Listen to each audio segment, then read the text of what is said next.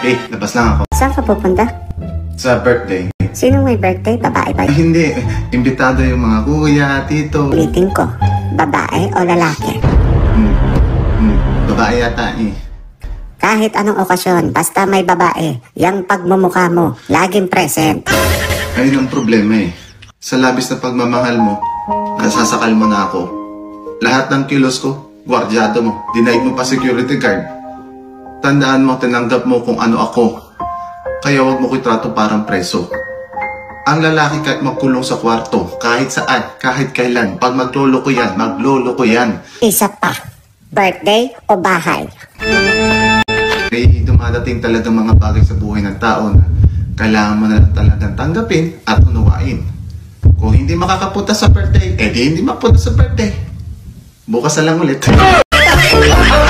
Bago!